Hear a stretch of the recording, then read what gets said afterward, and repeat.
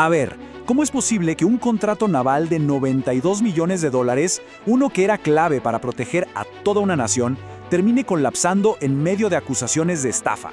Hoy vamos a desgranar el caso de Uruguay, una historia de peleas políticas, un vacío de seguridad y, la verdad, con lecciones que van mucho más allá de sus fronteras. Y bueno, esta frase del propio presidente de Uruguay es el punto de partida. Es una acusación durísima que no solo detuvo un proyecto, sino que desató una crisis con repercusiones internacionales. Vamos a meternos de lleno en esto. Para entender la magnitud de la crisis, primero tenemos que desglosar los hechos. ¿Qué fue exactamente lo que pasó para que este acuerdo, que era fundamental, se rompiera? La cuestión es simple y a la vez brutal. Uruguay acaba de anular la mayor compra naval que había planeado en décadas. Un acuerdo de 92 millones de dólares que se firmó en diciembre de 2023 y que prometía modernizar su flota. Bueno, de repente quedó en la nada. Oficialmente, el gobierno uruguayo pone sobre la mesa una serie de irregularidades que la verdad son bastante graves. Hablan de una garantía financiera que parece que no tenía ningún respaldo real. La empresa que supuestamente garantizaba el contrato, bueno, todo indica que era una empresa de papel, sin actividad real y encima en proceso de liquidación. O sea, para el gobierno, la base financiera de todo el acuerdo era inválida. Pero claro, como suele pasar, la cosa no es tan sencilla. Este contrato no apareció de la nada, nació en medio de una división política muy fuerte. Fue un proyecto de la administración anterior que fue duramente criticado por el gobierno actual cuando era oposición. Algunas fuentes hablan de una verdadera guerra mediática y de la presión de diferentes intereses, lo que sugiere que esta cancelación va mucho más allá de un simple problema con una garantía. Ok, para entender por qué esto es un golpe tan duro, es clave comprender por qué Uruguay necesitaba estos buques con tanta desesperación. Más de 50 años. Pensemos en eso por un segundo.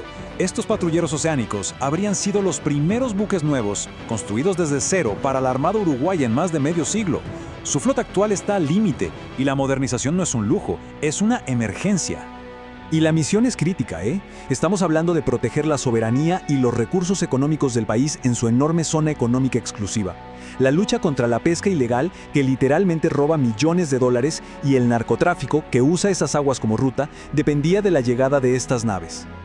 Y aquí es donde la historia se pone todavía más interesante. Porque mientras Uruguay está en esta encrucijada, si miramos al lado, a sus vecinos, Chile y Colombia, la foto es completamente distinta. Es una de éxito. Y el protagonista de esa otra historia tiene un nombre: la clase OPB-80. Es un diseño alemán, sí, pero aquí está la clave.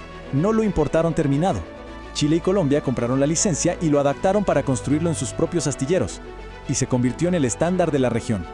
Son buques súper capaces, modernos, versátiles, con hangar para helicóptero, gran autonomía. La herramienta perfecta para lo que se necesita. Pero fíjense en lo más importante de esta tabla, lo que está al final: los constructores. Asmar de Chile y Cotecmar de Colombia. Ahí está la clave de todo. Y esta línea de tiempo es, bueno, la comparación es lapidaria. Fíjense, desde 2005, Chile y Colombia no han parado. No fue una compra impulsiva, no. Fue una política de Estado, sostenida en el tiempo, que ha entregado buque tras buque, modernizando sus flotas de una manera sostenida y predecible. Entonces, ¿dónde está la gran diferencia? Vamos a poner los dos modelos cara a cara para que se entienda bien claro. Y aquí lo vemos clarísimo. Por un lado, el camino de Uruguay, la importación directa. Un modelo que se enredó en la lucha política, que generó desconfianza y que, al final, terminó en un fracaso rotundo. Y por el otro lado, el modelo nacional de Chile y Colombia, construir en casa. Esto lo convirtió en una política de Estado. Fomentó su industria, creó empleos, conocimiento. El resultado es evidente: flotas modernas que no paran de crecer. Y si quedaba alguna duda del éxito del modelo nacional, miren esto: la evolución. Después de dominar la construcción de los OPB-80, el astillero Cotecmar de Colombia dio el siguiente paso. Ahora están construyendo su propio diseño sucesor, la clase POC, un buque más grande y avanzado. Pasaron de construir con licencia a diseñar y construir sus propias plataformas. Muy bien, ¿y todo esto en qué posición deja a Uruguay? Vamos a ver las consecuencias, que no son pocas. La verdad es que el panorama es bastante complicado. La Armada de Uruguay sigue con los mismos buques obsoletos. La amenaza de la pesca ilegal y el narco sigue ahí, intacta. A esto se le suma la posibilidad de un juicio internacional carísimo con el astillero español. Y quizás lo más preocupante, no hay un plan B claro a la vista. Así que la pregunta que queda en el aire es esa, ¿no?